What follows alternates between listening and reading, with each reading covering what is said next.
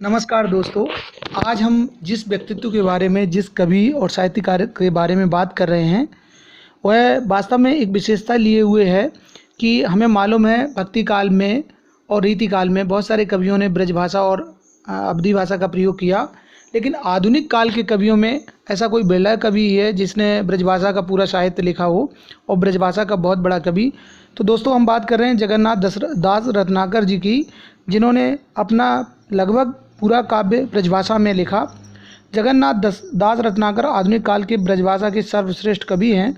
उन्होंने अपने काव्य में मध्ययुगीन काव्य परंपरा के साथ साथ भक्ति युग के भाव और रीतिकाल की कला का समन्वय किया है। तो दोस्तों, ऐसे महान कवि के बारे में हम बात करें इससे पहले यदि आपने इस चैनल को सब्सक्राइब नहीं किया तो चैनल को सब्सक्राइब कर लें, लाल बटन दबाएं, ताकि मेरे द्वारा जो भी वीडियो अपलोड की जाती है वो आप तक पहले और पहुँचें।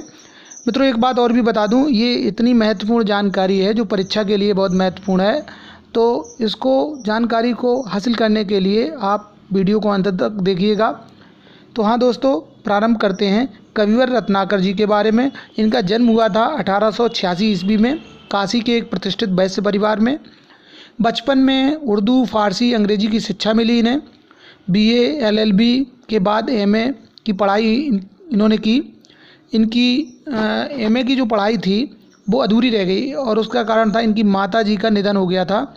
इनके पिता पुरुषोत्तम दास फारसी भाषा के विद्वान और काव्य के मर्मज्ञ थे, जानकार थे। कविता पर उनकी बहुत अच्छी पकड़ थी। इनके पिताजी का फारसी के विद्वान होना भी एक अलग बात है। आपका जो घर था वह साहित्यकारों का संगम स्थल था। ये जो जगन्नाथ जी थे, इनका वही समय था जब भारतेंदु जी की विचारधारा उस समय हिंदी साहित्य जगत में प्रभावित हो रही थी। तो उनकी विचारधारा का प्रभाव इन पर बहुत ज़्यादा पड़ा। इसलिए कहीं न कहीं भारतीय पुरातन गौरव गाथा भी इनके साहित्य का मुख्य हिस्सा रही। इनके जो काव्य उर्दू फारसी में कविता प्रारंभ किया था इन्होंने पहले, और इनका निधन हुआ था 21 जून सन 1932 को। कह सकते हैं कि इन्हें बहुत लंबा जीवन नहीं मिला, क्योंकि 14 वर्ष वो और 32 ये, कुल 46 वर्ष की आयु में इनका देहावसान हो गया। रत्नाकर जी द्वारा लिखे गए ऐतिहासिक लेखों, मौलिक कृतियों की रचना और महत्वपूर्ण ग्रंथों के संपादन से उनके गंभीर अध्ययन और मौलिक प्रतिभा का पता चलता है। उन्होंने साहित्य सुधानिधि और सरस्वती पत्रिकाओं का संपादन किया। रसिक मंडल, प्रयाग तथा काशी नागरी प्रचारणी सभा की स्थापना और विकास में बहुत योगदान दिया। तो आप समझ सकते हैं मित्रों, इन्होंने बहुत सारे मौलिक ग्रंथों का जो है सृजन किया। इसके बाद काशी नागरी प्रचारणी सभा, जो हिंदी की बड़ी महत्वपूर्ण संस्था थी, और सरस्वती पत्रिका का भी संपादन किया। तो दोस्तों, अब बात करते हैं कि जगन्नाथ दास रत्नाकर जी ने कौन कौन से प्रमुख ग्रंथ लिखे।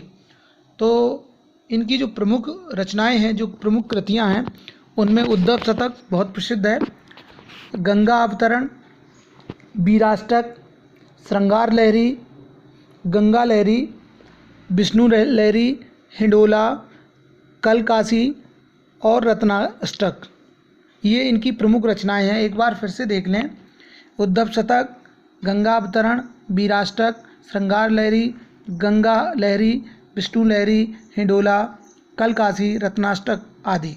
तो इनमें बहुत सारी याद करने में तो सुविधाएं रहेंगी, जैसे श्रृंगार लहरी, गंगा लहरी, विष्णु लहरी, तो यहाँ पर बड़ा आसानी रहेगी याद करने में। इसके बाद इनके जो संपादित ग्रंथ हैं वो हैं बिहारी रत्नाकर, हितरंगणी और सूरसागर। जिन ग्रंथों को इन्होंने संपादित किया है वह हैं बिहारी रत्नाकर, हितरंगणी और सूरसागर। तो मित्रों, इस तरह से इनका जो मौलिक लेखन है एक तरफ है, दूसरी तरफ इन्होंने संपादित ग्रंथ भी लिखे। और ये पूछ लिए जाते हैं परीक्षाओं में कि बिहारी रत्नाकर का संपादन किसने किया, तो आप बता सकते हैं जगन्नाथ जी रत्नाकर ने किया। इसके बाद इनकी जो काव्य है उसका भाव पक्ष क्या है। यदि हम काव्य के भाव पक्ष की बात करें, मतलब भावनाओं वाली चीज़ें, तो इसमें 4 बिंदुओं के आधार पर करते हैं। पहले, काव्य में रस योजना, पात्रों की चेष्टा विधान या अनुभाव विधान भी कह सकते हैं, भक्ति भावना और प्रकृति चित्रण। तो सबसे पहले बात करते हैं रस योजना पर। काव्य में ब्रजभाषा के ये भावुक कवि इनकी कविताओं में श्रृंगार रस की प्रधानता है। उनका प्रमुख काव्य वह है उद्धव शतक का मूल रस श्रृंगार ही है। यद्यपि वियोग पक्ष में गोपियों ने उद्धव से क्या कहा ये देखते बनता है, मतलब वियोग का वर्णन। टूक टूक हुए मन मुकरो हमारो है, चूंकि हु कठोर बैन पाहन चलावो ना। इसी तरह वीराष्टक और गंगावतरण में रौद्र रस की योजना देखने योग्य है। शांत, करुणा, वात्सल्य, विवश रसों की संयोजना भी इनके काव्य में दिखाई देती है। जो अनुभाव विधान है, रत्नाकर ने भावों को सबलता प्रदान करने के लिए पात्रों की चेष्टाओं, जिसे हम अनुभाव कहते हैं, आदि का सुंदर वर्णन किया है।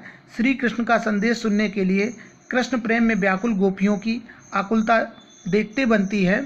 जैसे एक पिक्चराइजेशन किया है, फिल्मांकन किया है।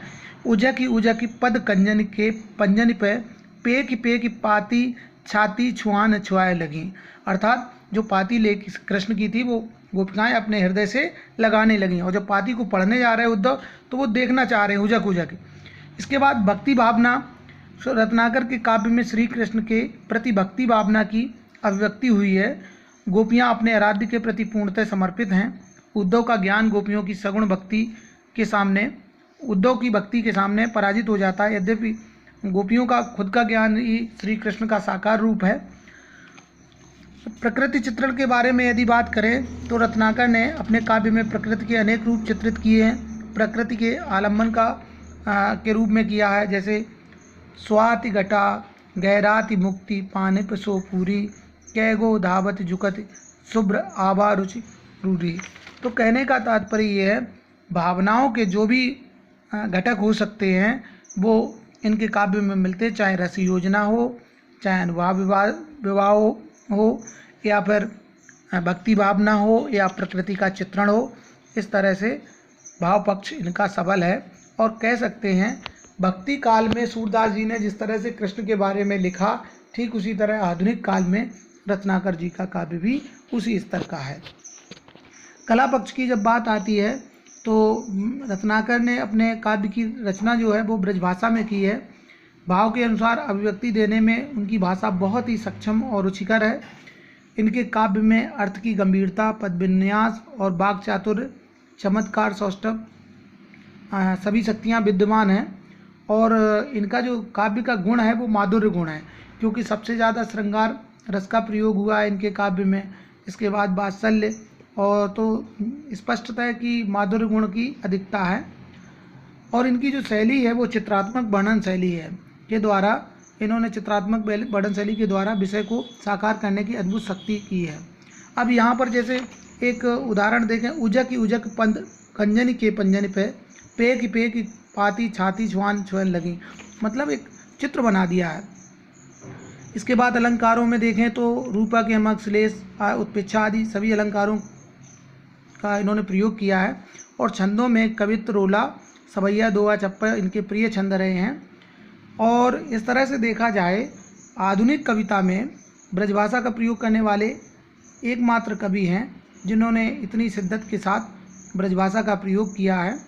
रत्नाकर जी द्वारा लिखे गए साहित्यिक ऐतिहासिक लेखों, मौलिक कृतियों और महत्वपूर्ण ग्रंथों के संपादन से उनके गंभीर अध्ययन, अद्वितीय प्रतिभा और सूक्ष्म दृष्टि का अवलोकन हमें पता चलता है कि ये कितने बारीकी से अध्ययनशील व्यक्ति थे।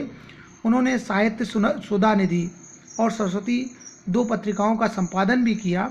इसके अलावा रसिक मंडल, प्रयाग तथा काशी नागरी प्रचारणी सभा की स्थापना और उनके विकास में भी इनका महत्वपूर्ण स्थान रहा। इसीलिए ये भी कह सकते हैं कि रत्नाकर ब्रजभाषा काव्य की महान विभूति हैं।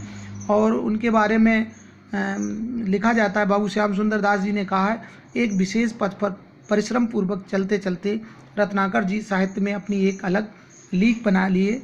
इस दृष्टि से वे हिंदी के एक ऐतिहासिक पुरुष ठहरते हैं। तो मित्रों, ये ऐतिहासिक पुरुष हैं जगन्नाथ दास रत्नाकर, जिन्होंने आधुनिक युग में ब्रजभाषा काव्य को अपनाया, अपनी कविता का मूल विषय ब्रजभाषा को बनाया। इनके जीवन परिचय के बारे में आपको बताने का प्रयास किया, इन्होंने किस तरह से साहित्य सेवा की, ये सारी जानकारी दी। अगर वीडियो अच्छा लगा हो तो लाइक करिए, शेयर करिए। धन्यवाद।